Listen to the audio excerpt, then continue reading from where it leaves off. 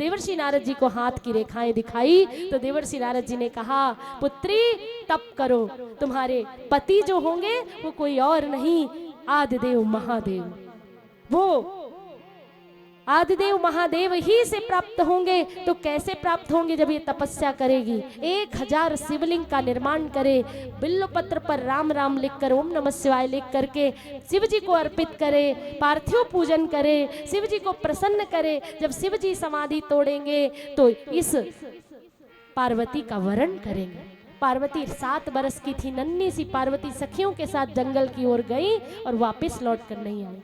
घनघोर जंगल में बैठकर तपस्या करने लगी, अखंड तप किया। जैसा तप माता पार्वती ने भोलेनाथ को पाने के लिए किया, ऐसा तप किसी ने नहीं किया। इसीलिए सीता को भी जब राम को पाना था तो पार्वती मैया अम्बा जी की शरण में गई थी। रुक्मिणी को जब श्री कृष्ण को पाना था तो माँ अम्बा की शरण में गई थी। इसीलिए मैं कहती हूँ कि जो भी गृहस्थी अपने दाम्पत्य जीवन में सुख चाहते हैं वो माँ पार्वती का ध्यान करे। बोले देवाधिदेव महादेव की, भोलेनाथ की, गौरी शंकर भगवान की। तो आज माता पार्वती को तप करते बहुत वर्ष हो गए, 1000 मिट्टी के शिवलिंग बनाती। ये जो पार्थिव पूजन की परंपरा है ये माता पार्वती से चली आई है।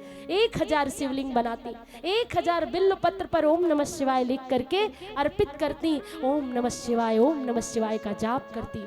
फल का आहार किया फिर वो भी त्याग कर दिया, जल का आहार किया फिर उसको भी त्याग दिया, और फिर सूखे पत्तों को खा करके शरीर को निर्वहन किया, अपर्णा कहलाई। फिर सूखे पत्तों का भी त्याग कर दिया, शरीर जर्जर हो गया, बालों की जटाएं बन गईं, मुखमंडल तेज से भर गया। शिव जी तक संदेश पहुंचा, सब देवता स्तुति करने लगे, प्रभु पर्वतराज हिमांचल की पुत्री अखंड तप कर रही है आपकी प्राप्ति के लिए, आप उसका विवाह करो, उससे विवाह करो, वरण करो उसे।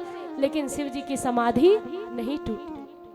सप्तर्षि पता लगाने आए कि पार्वती की, पर्वतराज हिमांचल की पुत्री शैल कुमारी की भक्ति प्रबल है कि नहीं, पता लगाने आए। कहने लगे इतना कठोर तप किया तो विष्णु भगवान को पाने के लिए कर लेती, और किसी देवता के लिए करती। वो अर्धंग, वो गंगधार धारण करने वाले, वो जटाजूट धारी, उनको क्या देखा उनमें ऐसा? भस्मी लपेटे रहते हैं, बाघंबर पहने रहते हैं, जंगलों में पर्वतों में निवास करते हैं, उनको पाने के लिए ऐसा तप क्यों किया? तब माता ने कहा था, माता पार्वती ने कहा आपको आने में विलंब हो गया। गुरु के वचन प्रतीत न जेहि, सपने हो सुगम न सुख सिद्धते ही। मेरे गुरु जी ने कहा है, पहले आते तो मैं विचार करती, पर मेरे गुरुजी के वचन पर मुझे पूरा भरोसा है। और ये एक जन्म का प्रेम नहीं है, सती और शंकर का, पार्वती और भोलेनाथ का एक जन्म का प्रेम नहीं है। जन्म कोटि लगी रगर हमारी, बरऊ शंभु नत रहूं कुमारी। एक तो आज सोमवार का दिन, दूसरा पुरुषोत्तम मास, तीसरा श्रावण मास, और चौथा सुयोग कि आप श्रीमद् भागवत कथा के अंतर्गत शिव विवाह की कथा, सती चरित्र सुन रहे हैं। तो इसका कितना पुण्य फल आपको मिलेगा। क्या कहा था माता ने, एक बार दोहराओ।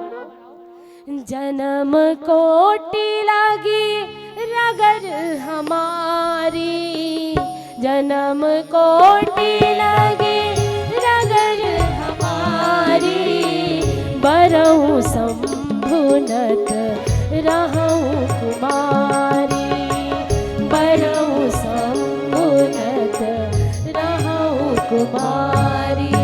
जन्म कोटि लगी रगर हमारी, जन्म कोटि लगी रगर हमारी, बरऊ शंभु नत रहूं कुमारी, बरऊ शंभु नत रहूं कुमारी।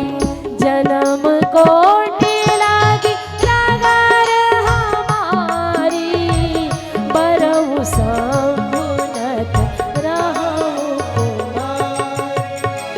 जन्मों जन्मों का रिश्ता और नाता। तो सप्तर्षियों ने कहा देवी जाओ अपने राजा अपने पिता हिमांचल को कहो शिव जी शीघ्र अतिशीघ्र बारात लेकर आएंगे हिमांचल नगरी, जाओ वापस जाओ, तुम्हारा तप पूर्ण हुआ।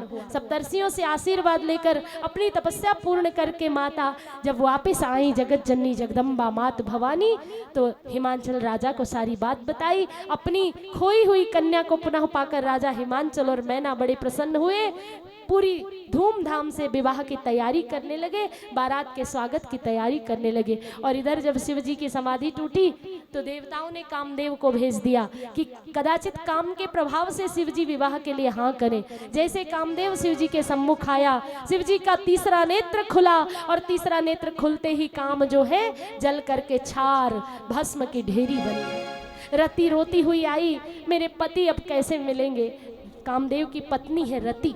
तो शिव जी ने कहा देवी जाओ तपस्या करो, द्वापर युग में जब श्री कृष्ण अवतार होगा उनके पुत्र के रूप में तुम्हें पुनः अपने पति की प्राप्ति होगी। रति प्रसन्न होकर वहां से चली गई और इधर कामदेव को भस्म कर दिया शिव जी ने। कहते हैं जहां राम तह काम नहीं और जहां काम नहीं राम। जहां अनंत कामना है वहां राम नहीं हो सकती और जहां राम है वहां कामना नहीं हो सकती। तो आज राम के प्रभाव ने काम को जलकर भस्मभूत कर दिया। इन पर काम का कोई अर्थात शिव जी पर काम का कोई प्रभाव नहीं।